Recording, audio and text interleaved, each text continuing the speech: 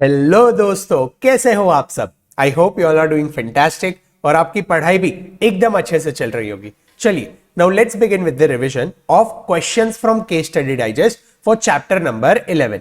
Chapter number 11 का नाम है स्टैंडर्ड कॉस्टिंग और ये चैप्टर से रिलेटेड केस स्टडी डाइजेस्ट में टोटल 3 क्वेश्चन है। कितने क्वेश्चन है? सिर्फ 3 ही क्वेश्चन है।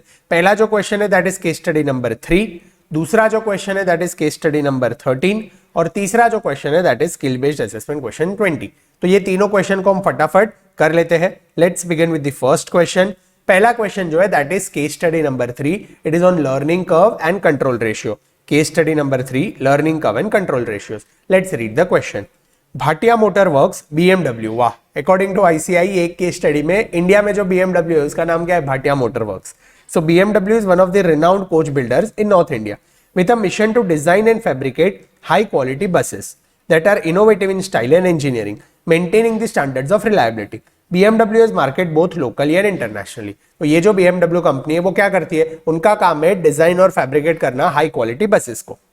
Human resource at BMW is highly skilled and well versed with latest tools and techniques of respective functional areas. BMW is an innovative company and always tries to improve its performance. Till date, standard costing at BMW is limited up to calculation of variances. Analysis and classifications of variance are never performed. ये लोग क्या करते थे? Variance को calculate कर लेते थे लेकिन इसका एनालिसिस और क्लासिफिकेशन वो नहीं करते थे। अभी क्या हुआ है? There is a newly appointed cost controller who is highly motivated. Recently, post his appointment, the budgetary system at BMW was revamped drastically as a part of cost efficiency drive. Same was done to give the best response to variances identified, if any. Not only this, but the cost control is also of the interest for incorporation of relevant costing and learning curve in standard costing and budgetary control system. तो ये जो नया cost controller आया है उसे relevant costing भी incorporate करना है, लर्निंग कर्व भी इनकॉर्पोरेट करना है। हेंस वो जो स्टैंडर्ड कॉस्टिंग का सिस्टम यहाँ पे फॉलो हो रहा है उसे उसको प्रॉपरली रिवैम्प करके एडवांस्ड करना है। With help of management accountant he is able to fetch following data pertaining to particular division. अभी क्या डेटा दिया है? Let's read. Fabrication division of BMW has 2 products, seat handle which is called as SH and seat cover which is called as SC. with BMW logo imprint on both the parts of fabrication. Product SH takes 6 man hours to make while product SC takes 12 man hours. Hence SH को बनाने के लिए 6 घंटा लगता है और SC को बनाने के लिए 12 घंटा लगता है 1 यूनिट के लिए। अभी यहाँ पे हमें क्या दिया है? In a month there are 25 actual working days of 8 hours each. 1200 units of SH and 750 units of SC are made. Week में 25 डेज वर्किंग है, 8 hours per week, 8 hours per day और 1200 यूनिट्स ऑफ SH ये लोग बनाते हैं और 750 units of SC ये लोग बनाते हैं। BMW has employed 75 men in their department responsible for producing both the products. The budgeted hours are 1,86,000 per annum. Total हमें पूरे साल में ये लोग 1,86,000 आवर्स काम करते हैं। Number of budgeted working days were 26 but due to break down production was operational for only 25 days. ठीक है, ये डेटा को हम आगे जाकर एनालाइज करते हैं। दूसरा हमें यहाँ पे दिया information about painting division. The budget was prepared by the management accountant for painting division based upon performance of last year. He assumes that workers' learning curve rate will be 95%, but the workers are skilled and specification of task is well known to them, so they assure the manager of 90% learning curve. Hence हम जो sum solve करेंगे वो 90% learning curve लेके solve करेंगे, जिसका index हमें दिया है -0.152। तो ये क्या है? B is equal to -0.152। हमें यहाँ पे लर्निंग कर्व दे दिया है for 90%। Since BMW believe in participatory budgeting, hence management accountant revise the budget estimate post feedback from the workers group. In each month, 15 buses are made ready for delivery after painting and fabrication. It is estimated that initial bus will take 20 hours. तो ये 20 क्या है? यहाँ पे हमें B मिल गया था, B was -0.152. अब ये 20 क्या है? 20 is A. A क्या है? It is time taken by the first unit to get produced. हमने कॉन्सेप्ट वीडियो में पूरा लर्निंग कर्व का जो एनालिसिस है, लॉजिक्स है, वो डिस्कस किए थे। तो यहाँ पे A हमें कितना मिल रहा है? 20 आवर्स। उसके बाद हमें क्या दिया है? It is estimated that learning curve will be terminated post 6th unit. 6th unit के बाद लर्निंग कर्व टर्मिनेट हो जाएगा। हेंस हमें क्या ढूंढना पड़ेगा? We'll have to find time taken for producing that 6th unit. क्यों? क्योंकि अगर 6th यूनिट का टाइम मिलता है तो वही टाइम आगे के सारे यूनिट्स अप टू 15 यूनिट्स को लगेगा। तो हमें यहां पे ढूंढना है y हमें ढूंढना है फॉर 15 यूनिट्स, और हमें जो डेटा ढूंढना है that is for 6th unit. तो हमें कैसे करना पड़ेगा? हमें पहले तो 6 यूनिट्स का डेटा ढूंढना पड़ेगा, average time taken per unit for 6 units. उसके बाद हमें ढूंढना पड़ेगा average time taken per unit for 5 units.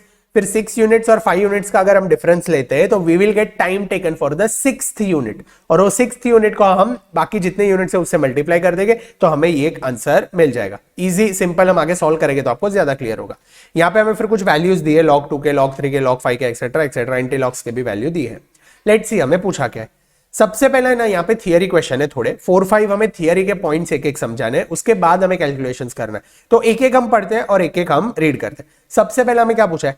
Is favourable variance being conclusive proof of efficiency और investigation of variance is essential. सबसे पहला क्वेश्चन है कि अगर आपको वेरिएंस फेवरेबल आ जाता है या फिर आपको वेरिएंस एडवर्स आता है तो ये क्या कंक्लूसिव प्रूफ है कि आपको और इन डेप्थ एनालिसिस करना चाहिए? दूसरा क्वेश्चन हमें क्या पूछा है? Explain what is planning and operational variance. तो सबसे पहले हम ये दो क्वेश्चंस के आंसर पढ़ लेते हैं, फिर हम बाकी के क्वेश्चंस पढ़ते हैं। सबसे पहला है, is investigation of variance is essential और नो? तो let's read the answer. Variance identified post comparison of actual cost against the standard cost are not conclusive sign of performance. They are not conclusive sign of performance. क्यों? No doubt variances are strong indicator of potential problem. However, investigation of the root cause of adverse variance is necessary. हमें adverse variance जब भी आता है तो उसका root cause में जाना is very necessary. क्यों?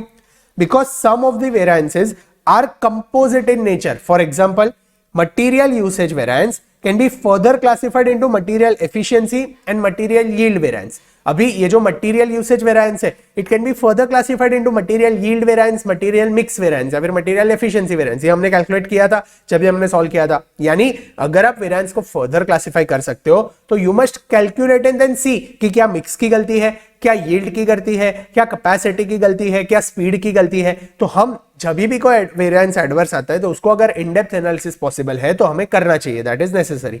Hence breaking down them in part and investigating each element becomes essential.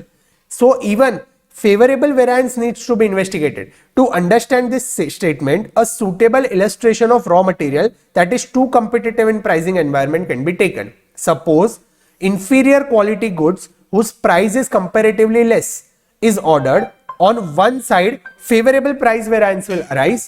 On one side, favorable price variance will arise. And on the other side, it is most likely that there will be substantial scrap and rework, thus higher usage variance. Sorry for that call.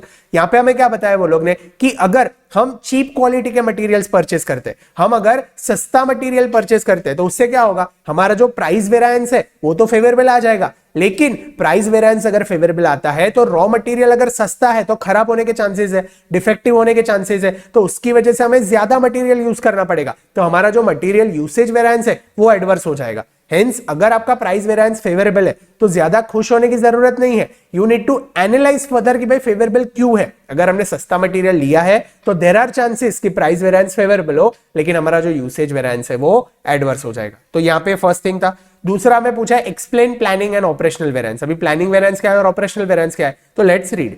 Planning variance, these variance arise due to revision of standard. In order to compute planning variance, original standard needs to be compared with the revised standard.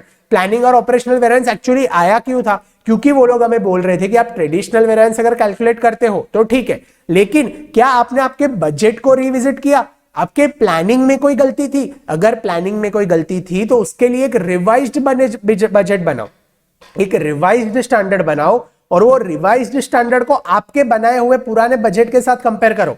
Whenever there is a difference in your original standard and the revised standard as per current circumstances, वो दोनों का जब भी variances calculate होता है उसे हम कहते हैं प्लानिंग वेरिएंस। यहाँ पे वही दिया है, revised standard is the standard which may be used at a yardstick if happened earlier known for the person responsible for planning। यानी ये जो रिवाइज स्टैंडर्ड है उसके बेसिस पे हम अगर वेरिएंस कैलकुलेट करते हैं, अगर जो बंदा प्लानिंग कर रहा था उसे तभी पता होता कि स्टैंडर्ड ये रिवाइज्ड होने वाला है। हेंस प्लानिंग वेरिएंस क्या है, प्लानिंग वेरिएंस का मतलब है ओरिजिनल स्टैंडर्ड और रिवाइज स्टैंडर्ड को कंपेयर करना।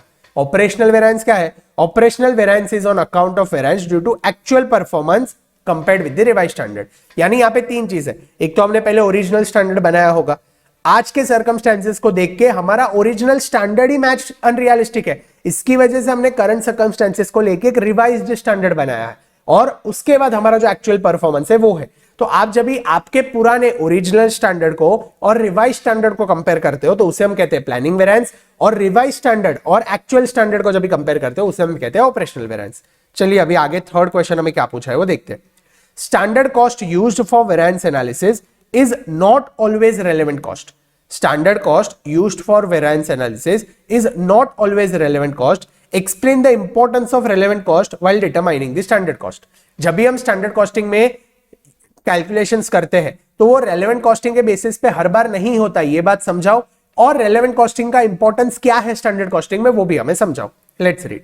Traditional approach to variance analysis is computing variance based on acquisition cost and standard price for acquisition of such resources। यानी जो हमने स्टैंडर्ड डेटा डिसाइड किया है और फिर जो हमारा एक्चुअल डेटा होता है वो दोनों को कंपेयर करके हम वेरिएंस यहाँ पे कैलकुलेट करते हैं।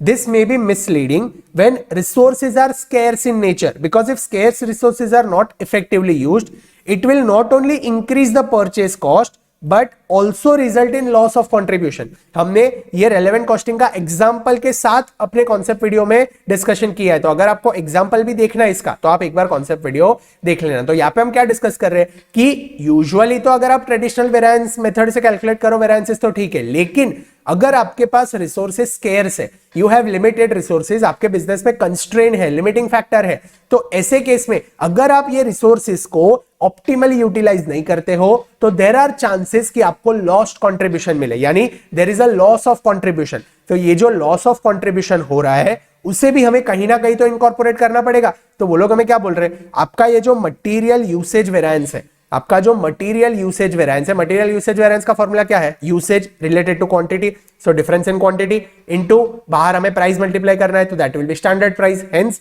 Standard quantity minus actual quantity into relevant standard price. ये जो मटीरियल यूसेज वेरिएंस है उसमें आप जो कंट्रीब्यूशन लॉस हुआ है ना उसे ऐड कर दो। You need to add contribution loss to your material usage variance. Sir क्यों? क्योंकि मटीरियल इफेक्टिवली यूज ना करना ये किसकी गलती है, ये गलती है प्रोडक्शन मैनेजर की। ये किसकी गलती है, ये गलती है प्रोडक्शन मैनेजर की। Hence we will have to charge the contribution loss to production manager, that is material usage variance. तो रिलेवेंट कॉस्टिंग का एप्लीकेशन हम स्टैंडर्ड कॉस्टिंग में कैसे करते हैं, हम जो कंट्रीब्यूशन लॉस है उसे हम हमारे मटेरियल यूसेज वेरिएंस में ऐड कर देते हैं। हेंस ऐसे हमने रिलेवेंट कॉस्टिंग का इनकॉर्पोरेशन भी हमारे वेरिएंस एनालिसिस में कर दिया। आई होप आपको ये भी क्लियर है। चलिए now let's read the fourth question. Fourth question क्या है, largely the standard yardstick are static in nature during a particular period due to ease of variance analysis for the said period, but it is not the same case in case of labor due to learning curve effect. Explain the validity of this statement in light of recognition of learning curve while establishing the standard. ये लोग हमें क्या बोल रहे हैं कि आप जो स्टैंडर्ड कॉस्टिंग में कैलकुलेशंस करते हो they are a yardstick for analysis of your variances, लेकिन लेबर के केस में आपने जो स्टैंडर्ड सेट किया है वो शायद आगे जाके रेलेवेंट ना रहे। ये हमें समझाओ, क्या ये स्टेटमेंट करेक्ट है कि रॉन्ग है, कि लेबर के केस में लर्निंग कर्व की वजह से शायद आपने जो स्टैंडर्ड सेट किया है वो आपका आगे जाके रेलेवेंट ना रहे, वो यार्डस्टिक ना रहे, ये हमें यहाँ पे समझाना है। तो लेट्स एक्सप्लेन वो लोग ने क्या दिया है। Recognition of learning curve while establishing the standard. Learning curve recognizes the progression of learning and potential of a people. It presumes worker becomes quicker if he repeats the process. Learning curve का concept क्या है कि learning curve की वजह से हम जब भी एक पहला यूनिट बनाते तो समझो 100 आवर्स लिया है, दूसरा यूनिट जब भी बनाएंगे तो टाइम कम लगेगा 90 आवर्स, तीसरा जब भी बनाएंगे तो 80 आवर्स लगेगा, फोर्थ जब भी बनाएंगे तो समझो 65-70 आवर्स लगेगा। यानी by every increase in production of number of units your time taken to produce that unit decreases। क्यों? क्योंकि लर्निंग का इफेक्ट आ रहा है, हम वो प्रोडक्ट बनाना सीख गए तो हमारी स्पीड में एफिशिएंसी इंक्रीज होगी तो हम फटाफट कर पाएंगे। तो ये लर्निंग कर्व का मतलब है। वो लोग ने क्या किया है, due to learning curve standard time established soon becomes outdated yardstick for performance evaluation, hence computing labor variance with such outdated standard is meaningless from perspective of planning and control। Since learning curve effect होता है labour के case में, इसीलिए आप जब भी learning curve को consider किए बिना जो स्टैंडर्ड आपने सेट किया है उससे अगर आपका एक्चुअल परफॉर्मेंस कंपेयर करोगे तो वो मीनिंगलेस हो जाएगा। Hence in order to accommodate rapid change in form of reduction in time required for production of each further unit needs to be taken into account with the learning curve effect। यानी learning curve effect को आपको account करके आगे आप जितने units बना रहे हो उसका कैलकुलेशंस करना है और उसी के बाद वो जो रिवाइज्ड स्टैंडर्ड है उसके हिसाब से आपको एक्चुअल डेटा को कंपेयर करना है। हेंस वो लोग ने जो स्टेटमेंट दिया है वो रॉन्ग है। लेबर के केस में ये रेलेवेंट नहीं रहता है, वो यार्डस्टिक जो है आपके स्टैंडर्ड कॉस्ट का वो रेलेवेंट नहीं रहता है। क्यों? क्योंकि लर्निंग कर्व की वजह से every additional unit that is produce will take lesser time than the previous unit. सिर्फ लेबर के केस में ऐसा है नहीं, मटीरियल के केस में भी ऐसा होता है। कैसे? Even in case of material related variance learning curve has a critical implication because while producing identical product for the second time or thereafter there is a high probability of elimination of defect and waste। पहली बार जब हम कोई raw material purchase करेंगे तो शायद थोड़े defective आए, लेकिन दूसरी बार, तीसरी बार, चौथी बार, पांचवी बार जब आप परचेस करने जाते हो सेम मटेरियल तो नाउ यू नो क्या खरीदना क्या नहीं खरीदना। तो लर्निंग कर्व की वजह से मटेरियल में भी ये लर्निंग कर्व इफेक्ट अप्लाई होगा, वहां पर भी डिफेक्ट और वेस्टेजेस कम हो जाएंगे due to learning curve. Same may improve both material price and usage variance। Variable overhead production which are associated to labor hours may also be impacted by the learning curve। Hence, considering the effect of learning curve is essential for material as well as overhead variances। Variable overhead variance है वो भी कई बार labour hours के साथ change होता है। It is dependent on labor hours। तो अगर लेबर में लर्निंग कर्व अप्लाई होता है तो वेरिएबल ओवरहेड के केस में भी लर्निंग कर्व अप्लाई होगा। Hence, जितने भी वेरिएंसेस आप कैलकुलेट करते हो उसमें अगर लर्निंग कर्व इफेक्ट के बारे में दिया है तो you need to consider that learning curve effect, you need to revise the standard rapidly and then compare your actual data with the revise standard. तो यहां पे वो लोग ने यही दिया है। I hope it is clear, easy. चलिए let's read the fifth question. अभी फिफ्थ और सिक्स क्या है? फिफ्थ हमें दिया है कि compute the revised budgeted labour hours for management accountant incorporating learning curve. यानी जो हमने 90% लर्निंग कर्व वाला क्वेश्चन पढ़ा था वो हमें यहाँ पे सॉल्व करना है। एंड लास्ट क्वेश्चन में पूछा है explain and interpret the control ratios. जो BMW के लिए वो लोग ने हमें डेटा दिया है उसके लिए हमें कंट्रोल रेशियोज कैलकुलेट करना है। What are the control ratios? Activity ratio, capacity ratio, efficiency ratio, ये तीन रेशियोज हमें कैलकुलेट करने हैं। चलिए सबसे पहले हम यहाँ पे कैलकुलेशंस करते हैं। लर्निंग कर्व का जो मैथमेटिकल फॉर्मूला था वो क्या था? y is equal to a into x raised to b। y क्या है? y is average time taken per unit for x number of batches। average time taken per unit to produce x number of units। what is a? time taken to produce first unit। x क्या है? number of units to be produced। हमारे case में x है 15, हमें 15 units 15 buses हम बनाते थे। b क्या है? लर्निंग कर्व कोएफिशिएंट या इंडेक्स। अभी यहाँ पे वर्किंग नोट हमें क्या करना है? 6th यूनिट के बाद लर्निंग कर्व सीज हो जाएगा, वो हमने बताया वो लोग ने। 6th यूनिट के बाद लर्निंग कर्व सीज होगा, उसका मतलब क्या है? लर्निंग कर्व के केस में क्या होता है? एक बार टाइम कम होते जाएगा, but there will be a point जिसके बाद आपको सेम अमाउंट ऑफ टाइम लगेगा। एक लेवल के बाद टाइम कम नहीं होता है। आप जब भी पढ़ाई करने बैठो, I have given this example, first time आप जब स्टैंडर्ड कॉस्टिंग पढ़ते हो तो शायद 10 आवर्स लगे, दूसरी बार जब आप पढ़ो तो 6 आवर्स लगे, तीसरी बार जब आप पढ़ो तो 4 आवर्स लगे, fourth time when you study आपको 2 आवर्स लगेगा। बट एक ऐसा लेवल आएगा जब भी 2 आवर्स के नीचे आप नहीं जा सकते। ऐसा नहीं होगा कि अगली बार आप पढ़ोगे तो 1 आवर में हो जाएगा, उसके बाद आप पढ़ोगे तो 10 मिनट्स में हो जाएगा, उसके बाद आप पढ़ोगे तो 5 सेकंड्स 10 सेकंड्स में हो जाएगा। That is impossible.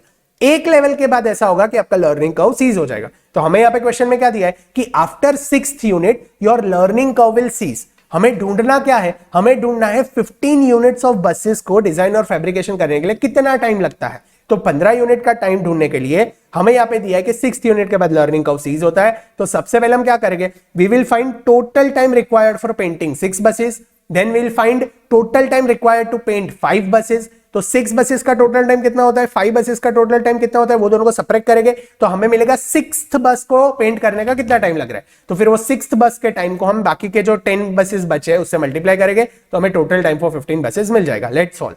सबसे पहले हम क्या कर रहे हैं? We are finding total time required for painting 6 buses. y is equal to a into x raise to b. y हमें ढूंढना है, a हमारे केस में 20 है, x हमारे केस में 6 है। 6 क्यों? क्योंकि यहाँ पे हम 6 बसेस के लिए ढूंढ रहे हैं। और जो b है दैट इज 90% लर्निंग कर्व, उसका इंडेक्स वो लोग ने हमें दे दिया है 0.512। Now what you have to do? You have to take log on both sides. तो दोनों बाजू आपने लॉग ले लिया। लॉग यहाँ पे आप लोगे तो ये यहाँ पे नीचे आ जाएगा, क्योंकि log a raise to b is nothing but b log a। तो ये इक्वेशन आपको मिल जाएगा। अभी log 6 का हमारे पास वैल्यू नहीं है, लेकिन log 2 और log 3 का वैल्यू है। तो log AB is nothing but log A plus log B। ये प्रिंसिपल्स अगर आपको क्लियर नहीं है तो एक बार कॉन्सेप्ट वीडियो देख लो, आपको अच्छे से समझ में आ जाएगा, तो ये सब एकदम फटाफट सॉल्व हो जाएगा। फिर दोनों बाजू log लेके आप सॉल्व करोगे तो आपको ये इक्वेशन आएगा log y is equal to 1.3010 minus 0.1183, hence you will get log y is equal to 1.1827। इसके बाद आप एंटी लॉग ले लो तो y का वैल्यू आपको मिलेगा, एक बाजू लॉग है, लॉग को हटाना हो तो एंटी लॉग लेना पड़ता है। If you take anti log तो ये एंटी लॉग का हमें वैल्यू दिया है, hence y is equal to 15.23 hours. 15.23 hours is the average time taken to produce 6 units. Average time taken to produce 6 units. Hence 6 units बनाने के लिए कितना टाइम लगेगा? 15.23 into 6 buses. 15.23 into 6 buses. तो this is the total time taken to produce 6 buses. To paint 6 buses. अभी हम क्या करेंगे? Similarly, you have to calculate total time taken to paint 5 buses. इसके केस में भी सेम, a तो 20 है, सिर्फ यहाँ पे x वहां पे 6 था, यहाँ पे 5 हो जाएगा। पूरा इक्वेशन आप सॉल्व करो तो आपको यहाँ पे y is equal to 15.66 hours मिलेगा। अभी ये 15.66 hours is the average time taken to produce 5 buses. Average time taken to produce 1 bus for 5 buses, यानी इसका मतलब क्या हुआ? y का मतलब है average time taken to produce 1 bus when you are making in total 5 buses. तो total 5 buses का टाइम कितना होगा? 78.3 आवर्स। ऊपर हमें मिला था 91.38 आवर्स, उससे अगर आप 78.3 आवर्स डिडक्ट करते हो तो आपको यहाँ पे आंसर मिलता है time taken to produce 6th unit, या फिर time taken to produce the 6th bus, time taken to paint the 6th bus, उसका आंसर हमें मिलता है 13.8 hours. Hence total time taken for 15 buses कितना आएगा? फर्स्ट 5 बसेस के लिए तो हमने टाइम ढूंढ लिया 78.3 आवर्स कैलकुलेशन करके, और बाकी जो 6th से लेके 15th बस है तो ये 6th बस का टाइम है 13.08, उसको अगर आप 10 से मल्टीप्लाई करते हो तो you will get time taken for 15 buses. Hence our total comes to 209.10 hours. I hope it is clear. It is easy, simple. चलिए let's move ahead. लास्ट हमें पूछा है कंट्रोल रेशियोज कैलकुलेट करो। अभी कंट्रोल रेशियोज कैलकुलेट करने के लिए कुछ वर्किंग नोट्स है, पहले हम वर्किंग नोट्स देख लेते हैं, फिर हम कंट्रोल रेशियो कैलकुलेट करते हैं। सबसे पहला वर्किंग नोट है calculation of standard hours for actual production. हम दो प्रोडक्ट बना रहे थे, एक तो सीट हैंडल था, दूसरा सीट कवर था। We were producing 1200 units of seat handle and 750 units of seat cover.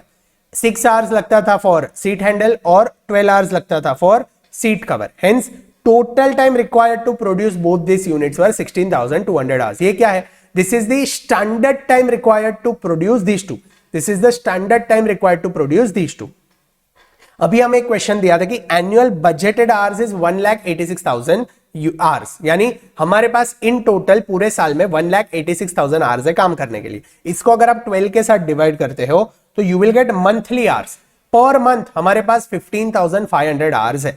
हमें बनाना कितना है? हमें जितने यूनिट्स बनाने हैं अगर उसे हम स्टैंडर्ड टाइम के हिसाब से भी बनाए तो वी विल टेक 16,200 आवर्स। हमारे पास कैपेसिटी कितनी है? हमारे पास कैपेसिटी है 15,500 आवर्स की।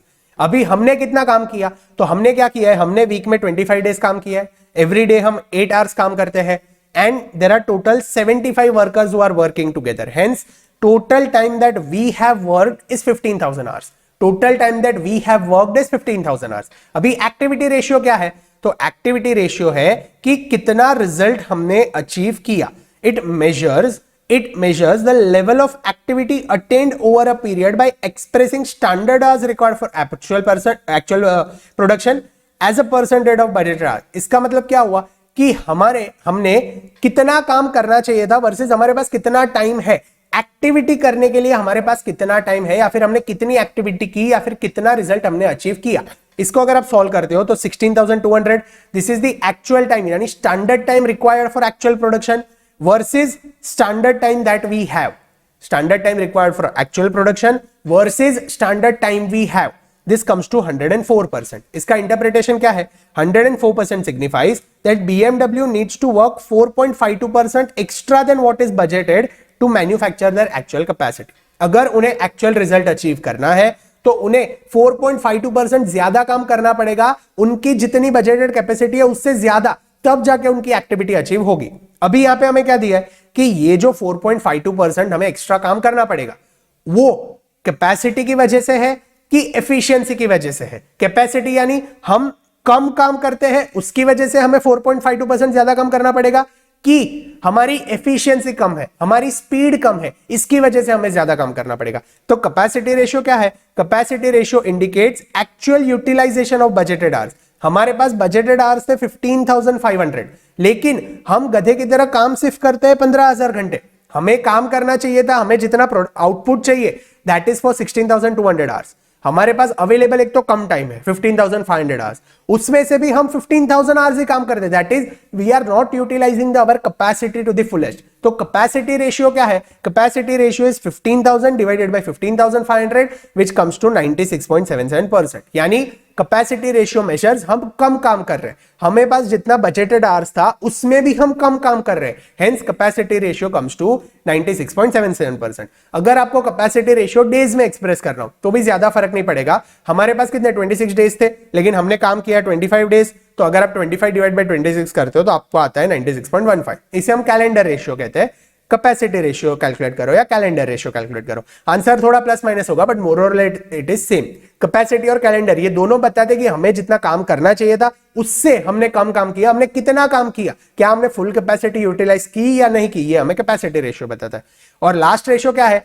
Efficiency ratio. हमारी स्पीड कितनी है, हमारी स्पीड कितनी है। तो हमें आउटपुट जो चाहिए था वो 16,200 यूनिट्स का चाहिए था, हमें जो आउटपुट चाहिए वो 16,200 यूनिट्स का चाहिए। हमने काम कितना किया? सिर्फ 15,000 आवर्स किया, और 15,000 आवर्स काम करके हमने 16,200 आवर्स की कैपेसिटी अचीव कर ली। हमने 15,000 आवर्स काम करके 16,200 की कैपेसिटी अचीव कर ली, हेंस हमारी स्पीड अच्छी है। तो एफिशिएंसी रेशियो क्या है? 16,200 divided by 15,000 which comes to 108%। 108% signifies that 108 hours is available to finish 100 hours of work, or we have completed 108 hours का work in just 100 hours। इसका मतलब होता है एफिशिएंसी रेशियो। तो एक्टिविटी रेशियो क्या है? एक्टिविटी रेशियो इज कितना result हमने अचीव किया as compare to budgeted hours. Capacity ratio is total available capacity में से हमने कितना काम किया, कितनी कैपेसिटी यूटिलाइज की। और एफिशिएंसी रेशियो इज कितनी स्पीड से हमने काम किया so that we could achieve our results. तो ये कंट्रोल रेशियोज भी हमने यहाँ पे कैलकुलेट कर लिए। तो आई होप ये आपको क्वेश्चन अच्छे से समझाए। ये क्वेश्चन में हमने जितना भी स्टैंडर्ड कॉस्टिंग का थियरी था वो सब भी डिस्कस किया। लर्निंग का हो गया, रेलेवेंट कॉस्ट हो गया, planning variance, operational variance, traditional variance, further analysis of variance, ये सब भी डिस्कस किया। उसके बाद हमने जो लर्निंग कर्व का सम था y is equal to a into x raise to b, उसका भी पूरा कैलकुलेशन देखा, और लास्ट में हमने कंट्रोल रेशियोज भी कैलकुलेट किए। तो आई होप आपको ये केस स्टडी नंबर 3 अच्छे से समझा है। चलिए now let's move on to the next question. Case scenario number 13. It is on critical success factor. Let's read the question. Osaka Tea Company manufactures and distributes finest quality of black tea in hotels, restaurants and retailers. The company has wide presence in tea market. It has become one of the largest premium brands. Premium brand है. The customers are very happy with finest quality of tea. यानी ये company का जो USP है that is fine quality of tea.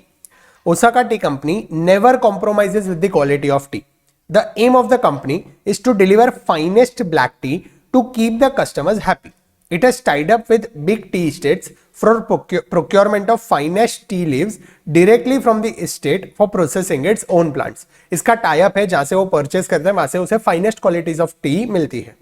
The tea leaves go through various processes like plucking, brushing, ये सारे यहाँ पे processes दिए. These are then packed in beautiful plastic jars for distribution to hotels, restaurants and retailers. ये उनका business model दिया. During the meeting of the management, it has been decided to reduce the price per kg by 5%. Price कम करने की ये लोग बात कर रहे हैं up to 5% to increase the volume of sales. The following variances pertain to last month's operation arose as a consequence of implementation of above decision. वो लोग ने प्राइस कम करने का जो डिसीजन इंप्लीमेंट किया उसकी वजह से ये 5 वेरिएंसेस उनको मिले हैं। पहला है sales price variance which is 24,500 adverse. अभी सेल्स प्राइस वेरिएंस एडवर्स क्यों मिला रहेगा? क्योंकि उन्होंने सेल्स प्राइस कम किया होगा जिसकी वजह से उनका सेल्स प्राइस वेरिएंस एडवर्स हो गया। सेल्स वॉल्यूम वेरिएंस मिला है 20,600 फेवरेबल। प्राइस यूसेज वेरिएंस है, वॉल्यूम वेरिएंस है, ये क्यों उन्हें फेवरेबल मिला? वॉल्यूम वेरिएंस उनको फेवरेबल मिला क्योंकि उनका वॉल्यूम इंक्रीज हो गया रहेगा। प्राइस कम किया तो ज्यादा क्वांटिटी का सेल हुआ रहेगा, हेंस प्राइस वेरिएंस एडवर्स आया, और ज्यादा क्वांटिटी का सेल हुआ, हेंस सेल्स वॉल्यूम वेरिएंस उनका फेवरेबल आ गया। परचेस प्राइस वेरिएंस उनका 15,500 एडवर्स है। परचेस प्राइस वेरिएंस क्यों एडवर्स हो सकता है? तो यहाँ पे वो लोग ने लिखा था कि they are procuring from an estate जहां पे फाइनेस्ट क्वालिटी ऑफ टी मिल रहा है। तो अगर वो लोग अच्छी क्वालिटी की टी परचेस करते तो उसकी वजह से वो महंगी होगी, hence they would be purchasing at a premium price, जिसकी वजह से उनका परचेस प्राइस वेरिएंस एडवर्स हो सकता है। ये यहाँ पे हम अज्यूम कर रहे हैं ऐसे। दिस क्या कर रहे हैं हम यहाँ पे? वेरिएंसेस को एनालाइज कर रहे हैं, हम कुछ हमारे रीजंस और इंटरप्रिटेशंस दे रहे हैं कि कोई पर्टिकुलर वेरिएंस फेवरेबल है तो क्यों है और कोई पर्टिकुलर वेरिएंस एडवर्स है तो क्यों है। तो ये सारे रीजंस हो सकते हैं। दूसरा है लेबर एफिशिएंसी वेरिएंस, उनका 14,300 एडवर्स है। लेबर एफिशिएंसी वेरिएंस क्यों एडवर्स है? उन्होंने प्राइस कम किया तो उनका वॉल्यूम बढ़ गया। सिंस वॉल्यूम बढ़ गया तो लेबर जो एम्प्लॉइज थे उन्हें ज्यादा अभी क्वांटिटी में टी जार को बनाना पड़ेगा, ज्यादा क्वांटिटी में वो लोग टी बना के पैकिंग और वो सब करेंगे तो ऐसा हो सकता है उनकी एफिशिएंसी कम हो जाए। दे माइट फील प्रेशराइज्ड, उन्हें काम करने का मन ना हो क्योंकि उन पर इतना प्रेशर आ गया ना, अचानक क्वांटिटी ऑफ सेल्स बढ़ गया जिसकी वजह से उनका लेबर एफिशिएंसी वेरिएंस एडवर्स हो सकता है। ये अजम्पशंस है सारे। उसके बाद है फिक्स्ड कॉस्ट एक्सपेंडिचर वेरिएंस, उनका 11,100 से बढ़ गया। शायद उन्होंने वॉल्यूम इंक्रीज किया तो उन्हें नया प्लेस लेना पड़ेगा स्टोरेज करने के लिए, जिसकी वजह से उनका फिक्स्ड कॉस्ट बढ़ गया हो सकता है, हेंस से फिक्स्ड कॉस्ट वेरिएंस उनका एडवर्स आया। ये सारे वेरिएंसेस यहाँ पे हमने हमारे हिसाब से एनालाइज कर दी। हम आंसर पढ़ते हैं, आंसर में भी वो लोग ने ऐसा ही कुछ एनालिसिस यहाँ पे दिया है। ये क्वेश्चन मेरे लिए क्यों स्पेशल है? क्योंकि ये एग्जाम मुझे मेरे अटेम्प्ट के एग्जाम में आया था, तो I have written this exam and I have cleared my exam. तो लेट्स रीड द क्वेश्चन। यहाँ पे क्या पूछा है? Identify critical success factor of Osaka tea company. इसका क्रिटिकल सक्सेस फैक्टर क्या है? ये कंपनी का जो यूएसपी है वो क्या है? It is finest qualities of T. ये क्वालिटी बेस्ड कंपनी है, ये क्वालिटी पर फोकस करता है, इसका यूएसपी है क्वालिटी। वो हम यहाँ पे आगे पढ़ेंगे। दूसरा में क्या पूछा है? Evaluate management decision with overall corporate strategy and critical success factors. यानी उनका जो ओवरऑल स्ट्रेटेजी है वो क्या होना चाहिए और ये वेरिएंसेस फेवरेबल और एडवर्स है तो उनको आप अच्छे से इवैल्यूएट करो। Let's read the solution. Osaka Tea Company manufactures and distributes finest quality of tea. It is one of the largest premium brands having wide presence in tea market. Therefore, quality is the most critical success factor for Osaka. There are other factors which cannot be ignored such as price, delivery options, attractive packing, etc. But they are secondary to quality. इनका जो critical success factor है वो quality है क्योंकि ये company जानी जाती है quality के लिए. This company is known for their quality of tea. Hence, इनका critical success factor हो जाता है quality. Let's read the second point. Second वो लोग ने क्या दिया है? Osaka Tea Company manufactures and distributes finest quality of tea at hotel, restaurant and retailer. It is one of the largest premium brand having wide presence in the tea market. It is important to note that premium brands are built on the premise of offering high symbolic value to very selective segment of consumers that are more focused on high status association with underlying pricing. जो भी premium brand होता है वो ऐसे फालतू में discounts देके price कम करके ऐसे सब स्ट्रेटेजीज में यूजुअली इन्वॉल्व नहीं होता है। प्रीमियम ब्रांड्स जो होती है वो उनका प्रीमियम लेवल का प्राइस मेंटेन करती ही है। जैसे एप्पल प्रीमियम ब्रांड है तो उसके जो आईफोन्स जब भी लॉन्च होते हैं तो वो कॉस्टली ही होते हैं। They will be launched at a premium range of 70,000, 80,000, 1 lakh, 1.5 lakhs. ऐसा नहीं होगा। They might not think कि भाई MI का फोन, Realme का फोन, Oppo, Vivo ये सब का फोन 10,000 में मिल रहा है तो हम Apple का भी एक फोन 10,000 में बनाते हैं। They won't do that। क्यों? क्योंकि प्रीमियम ब्रांड यूजुअली एक सिलेक्टिव सेगमेंट को टारगेट करती है और वो लोग अपने प्राइस के साथ ज्यादा छेड़छाड़ नहीं करते हैं। In this case scenario, adverse price variance indicates that firm has purchased raw material, that is tea leaves, at a higher price, which may be due to buying finest quality of material and to try to build a strong brand image for its product in alignment with its current strategy. That is product differentiation. हमने देखा purchase price variance उनका adverse क्यों है? क्योंकि वो लोग ने अच्छी क्वालिटी की टी परचेस किया, अच्छी क्वालिटी परचेस करने के लिए उन्होंने प्रीमियम प्राइस पे किया होगा, इसके लिए उनका प्रीमियम प्राइस वेरिएंस जो आ रहा है, परचेस प्राइस वेरिएंस, वो एडवर्स है। करेक्ट है, वो होना ही चाहिए क्योंकि उनकी वो स्ट्रेटेजी है। Similarly, adverse efficiency variance may have been due to following several processes which are taking longer time than normal to maintain the quality level. ऐसा भी हो सकता है कि उन्हें क्वालिटी लेवल मेंटेन करना है और उनके जो प्रोसेसेस है वो नॉर्मल टाइम से ज्यादा रेयर है, उसकी वजह से उनका जो एफिशिएंसी वेरिएंस है वो एडवर्स आ रहा है। ठीक है, ये वो लोग ने एक रीजन दिया। However, Osaka cost would rise to substantiate this is a premium pricing would be required. यानी इनका जो प्राइस राइज हो रहा है वो इनका जो वेरिएंस है प्राइस राइज परचेस प्राइस का, वो लोग ने यहाँ पे वो सेम रीजन दिया है कि उनका जो परचेस प्राइस हाई है उसका रीजन हो सकता है कि उन्हें ये प्रीमियम प्राइसिंग मेंटेन करना है, उन्हें क्वालिटी मेंटेन करनी है। It also important to note that adverse sales price variance and favourable sales volume variance indicate that market is price sensitive.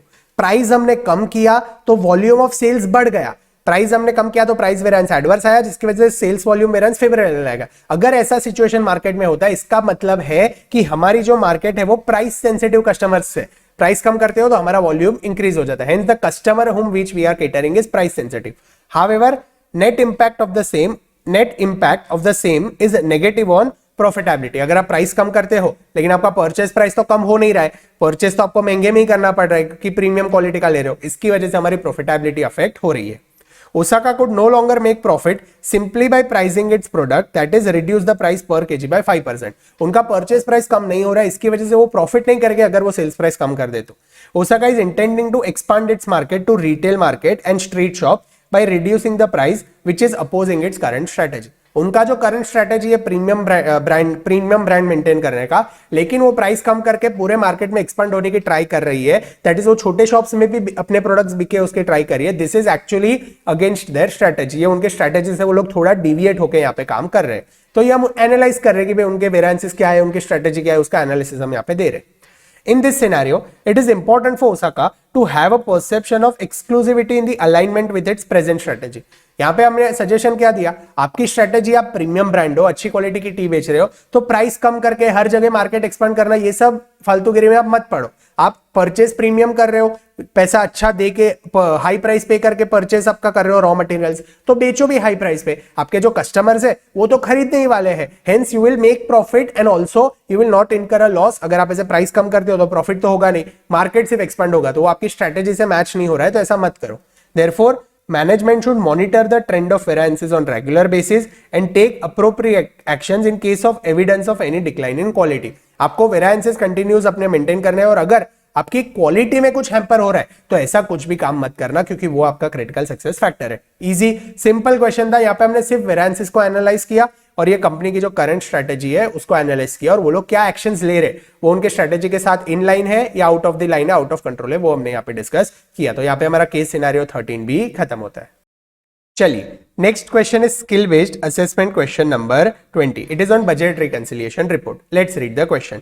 During September 2020, Sandy offers bundling and item packing facilities of standard size, एक हमें यहाँ पे size दी है, to give best facility to satisfy its industrial customers need at Green Ocean Warehouse. तो ये Sandy का जो काम है वो आइटम पैकिंग और बंडलिंग का काम है. Sandy plans to pack 93,750 items at a rate of 4.5 per item. Sandy estimates that variable cost will be equal to 1.5 per item packed and fixed cost will be equal to 58,000 per month. तो ये हमें budgeted data दिया है कि उन्हें कितने units बनाने का सोचा था, at what rupees, variable cost कितना है और फिक्स्ड कॉस्ट कितना है. In September 2020, Sandy actually packed 1,12,500 items and received a revenue of 5,06,250.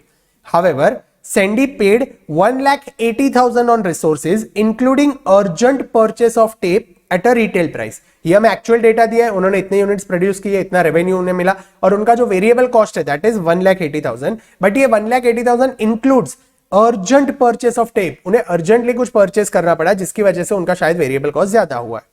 In addition, Sandy paid 70,000 to warehouse administration for rent, electricity and maintenance charges. ये fixed cost है. This past September was unusually hot and Sandy is charged a percentage of warehouse actual electricity bill. तो यहाँ पे ये fixed cost का हमें data दिया है.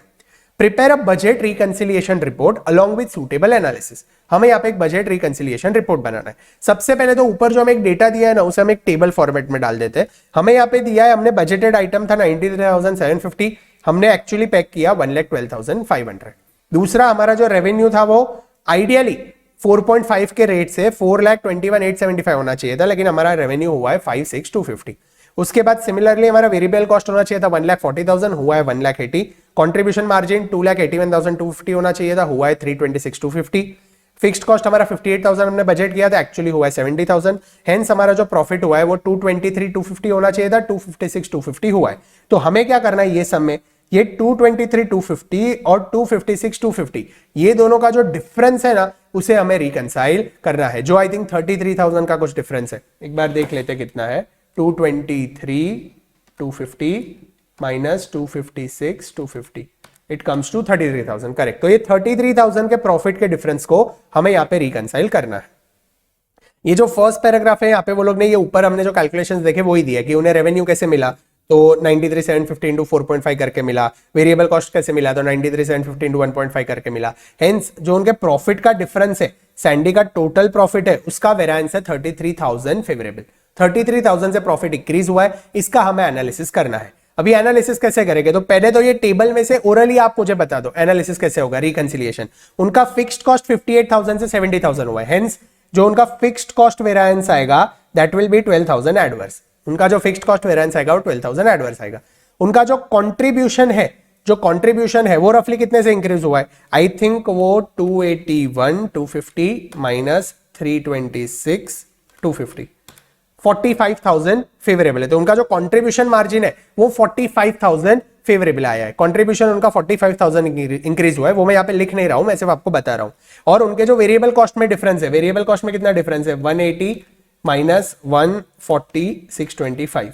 तो वेरिएबल कॉस्ट में कुछ डिफरेंस है 39,375 उनका वेरिएबल कॉस्ट भी एडवर्स आया है। बाकी उनका कुछ था, हाँ उनका रेवेन्यू फेवरेबल आया है, तो उनका ये जो रेवेन्यू है उसमें भी इंक्रीज है कुछ रफली 80-90,000 का। तो ये सारे जो वेरिएंसेस है ना उन्हीं को हमें नीचे रिकंसाइल करना है। लेट्स रीड वो लोग ने कैसे किया है। Sandy's sales contribution volume variance, Sandy's sales contribution volume variance equals to difference between standard contribution and budgeted contribution. Each item is budgeted to contribute 3 rupees towards the profit. हमने ऊपर question में देखा था उनका 4.5 जो था that was selling price, 1.5 variable cost था, hence it should have earned 3 rupee का contribution per unit. It should have earn 3 rupees का कंट्रीब्यूशन पर यूनिट। हेंस उनका जो टोटल क्वांटिटी का प्रोडक्शन था, Sandy packed 18,750 items more than the budgeted item. Increase in volume should have been contributed is 56,250। 18,750 into 3। अभी ये 18,750 कैसे आया, उन्होंने सेल्स कंट्रीब्यूशन वॉल्यूम वेरिएंस कैसे निकाला, देखो वेरिएंस किसका निकाला है, वॉल्यूम का। वॉल्यूम यानी difference in quantity, difference in quantity कितना है 93,750 माइनस 112,250, 112,250 है ना, हाँ, नहीं 112,500, तो 93,750 माइनस 112,500 अप करो तो आपको मिलेगा 18,750। अंदर क्वांटिटी है तो बाहर क्या आना चाहिए, रेट कौन सा आएगा, स्टैंडर्ड रेट। हम किसका वेरिएंस कैलकुलेट करें, कंट्रीब्यूशन का, hence standard contribution per unit आएगा बाहर, स्टैंडर्ड कंट्रीब्यूशन इज 3, तो 18,750 इंटू 3 विच कम्स टू 56,250। तो इन्हें 56,250 का sales volume contribution variance favourable मिला, sales volume contribution variance favourable मिला। Let's move ahead. Sandy's overall variable cost variance equals to difference between the standard variable cost and actual variable cost। उनके variable cost में जो difference है उसका अगर हम difference लेते हो तो हमें मिलता है 11,250 एडवर्स। तो 11,250 एडवर्स का हमें वेरिएबल कॉस्ट वेरिएंस मिला है, 11,250 एडवर्स का हमें वेरिएबल कॉस्ट मिला है। अगर आप ये 56,250 फेवरेबल और 11,250 एडवर्स को कंपेयर करते हो तो आपको क्या मिलेगा, 45,000 फेवरेबल। जो हमने ऊपर कंट्रीब्यूशन का डिफरेंस देखा, उनके कंट्रीब्यूशन में इंक्रीज था 45,000 फेवरेबल का, हेंस 45,000 फेवरेबल हमें मिल रहा था। ऊपर से हमारा 12,000 फिक्स्ड कॉस्ट एडवर्स था, 12,000 वाज फिक्स्ड कॉस्ट एडवर्स, तो 45,000 फेवरेबल और 12,000 का fixed cost adverse which comes to 33,000, और 33,000 ही हमें यहाँ पे रिकंसाइल करना है। लेकिन हमें वेरिएंसेस कैलकुलेट करके करना है, तो सबसे पहले हमने क्या किया, sales volume contribution variance calculate किया क्योंकि वो पॉसिबल था। दूसरा हमने वेरिएबल कॉस्ट वेरिएंस निकाला, वो हमें यहाँ पे मिल गया। But there is not adequate data to segregate variable cost variance into price and quantity. हमें यहाँ पे अगर फर्दर डेटा दिया होता कि पर यूनिट कितना वेरिएबल कॉस्ट है या फिर प्राइस का एक्यूरेट डेटा दिया होता, तो we could have calculated further variable cost, variable overhead expenditure variance और वेरिएबल ओवरहेड एफिशिएंसी वेरिएंस। तो ये दो वेरिएंस हम कैलकुलेट कर सकते थे, लेकिन यहाँ पे इनफ डेटा नहीं है, इसलिए हम इन डेप्थ एनालिसिस नहीं कर रहे। To compute these variances, we would require the amount of resources Sandy budgets to use per item packed and actual and budgeted price। यहाँ पे हमें वो स्टैंडर्ड रिवाइज करके फिर कैलकुलेशंस करने के लिए डेटा ही नहीं है, इसीलिए हम वो कैलकुलेशंस यहाँ पे नहीं कर सकते हैं। दूसरा, an adverse variable cost variance can arise as Sandy used more resources per item packed and she paid more than the budgeted for resources। ये जो वेरिएबल कॉस्ट वेरिएंस है वो एडवर्स आ रहा है, उसका एक रीजन है कि इसने वेरिएबल कॉस्ट ज्यादा पे किया है। लेकिन ज्यादा क्यों पे किया है, while the issue appears to suggest that Sandy's adverse variable cost variance arose due to spending more on tape than planned, it is not sure that the entire 11,250 variance is attributable to this। वो लोग ने वो immediately उसे urgently वो tape purchase करना पड़ा, जिसकी वजह से उसे ये एक्स्ट्रा वेरिएबल कॉस्ट इनकर हुआ है। लेकिन यहाँ पे वो लोग क्या बोल रहे हैं, एक रीजन तो वो है कि इमीडिएट आपने परचेस किया तो कॉस्टली परचेस किया होगा, जिसकी वजह से हमारा वेरिएबल कॉस्ट वेरिएंस एडवर्स आ रहा है। लेकिन ये 11,250 है, वो पूरा ये प्राइस को ये अर्जेंटली परचेस किया जिसकी वजह से प्राइस ज्यादा है, उसको हम डेडिकेट नहीं कर सकते। क्यों, it is likely that tape price variance was greater than 11,250, that Sandy had a favorable resource quantity variance to offset this. Variable cost variance adverse है, लेकिन उसके नीचे आता है प्राइस वेरिएंस और क्वांटिटी वेरिएंस। हमने अज्यूम किया कि प्राइस हमने महंगा परचेस किया होगा जिसकी वजह से 11,250 एडवर्स है, लेकिन ऐसा भी हो सकता है कि ये प्राइस वेरिएंस जो टेप उसने खरीदा वो शायद 11,250 से भी ज्यादा महंगा हो, लेकिन जो क्वांटिटी में उसने खरीदा ना उसका वेरिएंस फेवरेबल हो और वो दोनों को ऑफसेट करके हमें वेरिएबल कॉस्ट वेरिएंस 11,250 एडवर्स मिल रहा है। Hence we are not sure कि ये 11,250 एडवर्स जो वेरिएंस है वो पूरा प्राइस को डेडिकेटेड है या फिर पूरा क्वांटिटी को डेडिकेटेड है, क्योंकि हमारे पास सफिशिएंट डेटा नहीं है, तो हमने यहाँ पे वो असम्पशन दे दिया। Sandy's fixed cost expenditure variance equals difference between budgeted and actual fixed cost, that is 12,000 adverse. तो रिकंसिलिएशन स्टेटमेंट अगर बनाना हो तो कैसे बनाएंगे? हमारा बजटेड प्रॉफिट था 223,250, उसमें हमें सेल्स वॉल्यूम कंट्रीब्यूशन वेरिएंस मिला 56,250 फेवरेबल, हमें वेरिएबल कॉस्ट वेरिएंस मिला 11,250 एडवर्स और हमें फिक्स्ड ओवरहेड कॉस्ट वेरिएंस मिला 12,000 एडवर्स। तो अगर हम ये सारे का टोटल यहाँ पे करते हैं तो हमें जो हमारा एक्चुअल प्रॉफिट है 256,250 उसका यहाँ पे रिकंसिलिएशन हो जाता है। तो यहाँ पे हमारा ये जो skill based assessment question number 20 है वो भी खत्म होता है। It was an easy question, we had to just reconcile the budget. I hope it is clear. आपकी पढ़ाई भी एकदम अच्छे से चल रही है, अच्छे से पढ़ाई करते रहना। बीच में ही आई रेड वन स्टेटमेंट कि if you think you can, you can, if you think you can't, you can't, either ways you are right. अगर आप सोचते हो कि मुझे सीए बनना है then no one in this world can stop you from becoming a CA। लेकिन अगर आप खुद पर सेल्फ डाउट करते हो कि मैं हो पाऊंगा या नहीं, मैं सीए में पास होगा या नहीं, मेरे फ्रेंड्स की इतनी अच्छी पढ़ाई हो रही है मेरी नहीं हो रही है, if you self doubt yourself then if you are not clearing तो उसमें आप ही की गलती है। अगर आपको सीए होना है तो no one can stop you from becoming a CA. अगर आपको ही अंदर से लग रहा है कि मैं सीए नहीं होगा then no one can help you to clear this exam. ठीक है, तो अपने पे कभी सेल्फ डाउट मत करना। आपकी जितनी पढ़ाई हुई है वो बहुत अच्छी हुई है, अच्छे से पढ़ाई करते रहो। अभी भी बहुत टाइम है एग्जाम को, जितना भी आपके पास टाइम बचा है that is enough to fulfill and complete your preparations and give your exam in the best possible manner. So with this thought, अच्छे से पढ़ाई करते रहना, खुश होकर पढ़ाई करना। मिलते हैं अगले वीडियो में, तब तक के लिए keep smiling, be happy, keep studying, bye bye।